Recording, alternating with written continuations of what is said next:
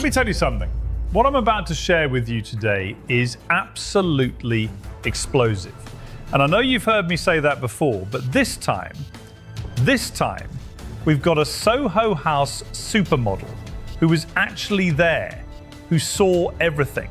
And she's ready to blow the lid of Meghan Markle's carefully constructed. What if everything you were told about Meghan Markle's rise was not a love story, but a carefully engineered ascent guided by a man who never stood at the altar, but may have quietly controlled every door she walked through long before she ever met Prince Harry? Because behind the fairy tale, behind the tiara, behind the royal balcony smiles that captivated millions, there exists a shadow figure who appears again and again, not in headlines, not in official narratives, but in photographs. Photographs that were never meant to become evidence of anything, yet now refuse to disappear. His name is Marcus Anderson, and the more you stare at the timeline, the more unsettling the pattern becomes. He wasn't a prince. He wasn't royalty. He wasn't even a celebrity. And yet, there he was, always there, standing beside Meghan Markle in private rooms, exclusive parties, elite gatherings where access itself was a form of power, long before the world knew her name, long before she was introduced as the woman who would supposedly fall in love with Britain's most eligible prince. And now, in 2026, those photographs are resurfacing again, not quietly, not harmlessly, but explosively, forcing a question so uncomfortable that no official narrative has ever fully answered it. Who exactly was Marcus Anderson to Meghan Markle, and what role did he truly play in her transformation from struggling actress into global royalty? Because when you start looking closely, when you start connecting the dots they hope nobody would connect, the story stops looking like destiny and starts looking like strategy. Soho House insider and supermodel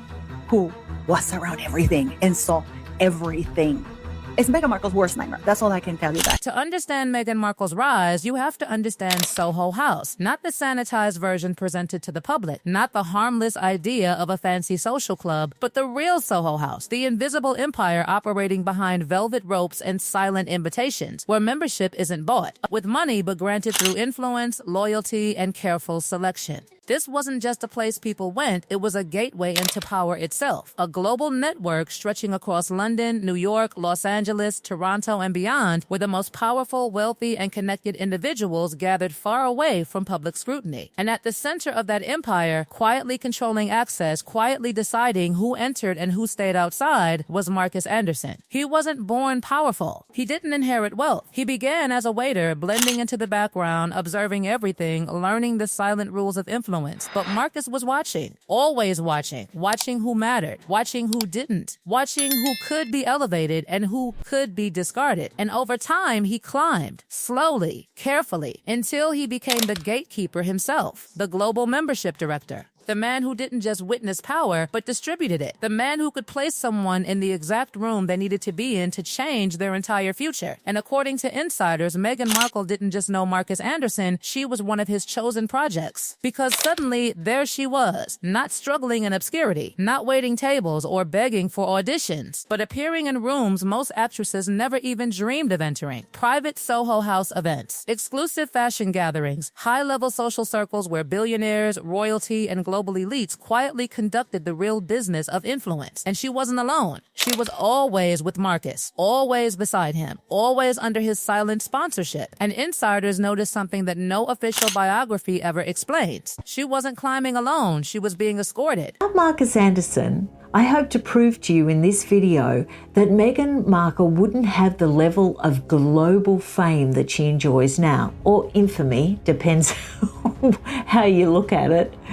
But I really don't think she would be in the position she's in with... These weren't random paparazzi shots snapped from across crowded sidewalks. These were intimate photographs taken from inside the circle itself, captured by people who belonged to that world. People who understood the significance of proximity. People who knew exactly what it meant when someone like Marcus Anderson repeatedly appeared beside the same woman across multiple years and multiple elite environments. Meghan Markle wasn't drifting into these rooms by accident. She was embedded, positioned, established long before the fairy tale ever began. Because because the official version says she met Prince Harry through a simple blind date arranged by a mutual friend. Innocent, casual, unexpected. But when you examine the timeline, when you examine the network surrounding her long before Harry ever appeared, that version starts to feel incomplete. Because Marcus Anderson didn't just open doors, he controlled the doors. He curated the guest lists. He decided who was worthy of access. And somehow, Meghan Markle was consistently granted entry into spaces reserved for the most carefully selected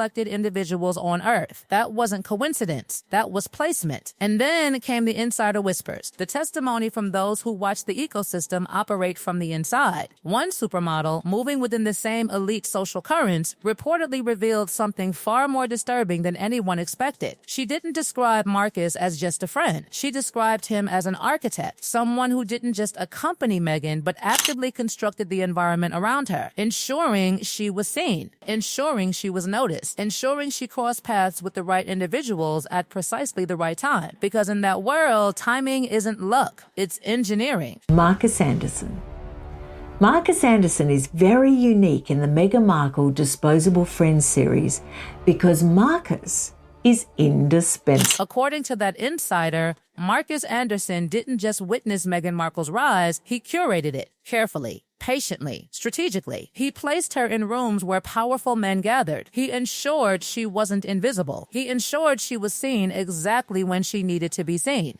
And suddenly, the fairy tale begins to look less like chance and more like design, because photographs don't lie. And those photographs tell a story of proximity that stretches years before Prince Harry ever entered the picture. There she is at elite fashion parties, standing comfortably beside Marcus as if she had always belonged there. There she is at private gatherings, moving through spaces where entry alone signals status. And then comes something even stranger. Her Disneyland trip presented publicly as a casual family outing, but insiders noticed something odd. In photographs where Marcus appeared beside her, his face was partially hidden, obscured, almost as if his presence itself needed to remain invisible, not erased, but not emphasized either. Because sometimes the most important figures in someone's life are the ones who never step fully into the spotlight. And then came the detail that refuses to go away. Meghan Markle was never photographed alone inside Soho House. Not once. Every appearance tied directly back to Marcus Anderson. Every entry validated through his sponsorship. Because in that world, being someone's guest isn't symbolic, it's literal endorsement. It means someone powerful is vouching for you. It means someone is taking responsibility for your presence. It means someone is ensuring you belong, even if you technically don't. And that raises the question nobody wants to answer. Why was Marcus Anderson so invested in her access? Why did he ensure she remained inside those rooms? And why did his presence quietly fade after she secured the ultimate prize, a royal marriage that transformed her status forever? Because here's the truth they never explain. Access is currency. Placement is power. And in a world where influence determines destiny, nobody rises alone, not without someone quietly guiding every step behind the scenes. And that's where the story takes its most unsettling turn. Because insiders didn't just claim Marcus introduced Meghan to elite circles. They claimed he facilitated something far bigger. They claimed he arranged introductions so carefully, so precisely, that when Prince Harry finally entered her orbit, it wasn't chaos. It was alignment. A meeting not born from randomness, but from positioning. A connection years in the making. Because by the time Harry met Meghan, she wasn't an outsider anymore. She was already inside the system. And once you see that, you can never unsee it. Because once Prince Harry entered Meghan Markle's orbit, everything accelerated with a speed that stunned even the most seasoned observers of elite power circles, and suddenly the woman who had once relied on carefully arranged access was no longer just a guest in exclusive rooms, she had become the center of them. But insiders who had watched her ascent from the beginning noticed something strange, something subtle, something easy to miss if you weren't paying attention. Marcus Anderson, the man who had appeared beside her so consistently for years, the man who had quietly escorted her into the world that would eventually lead her to royalty, began to fade from view, not abruptly, not dramatically,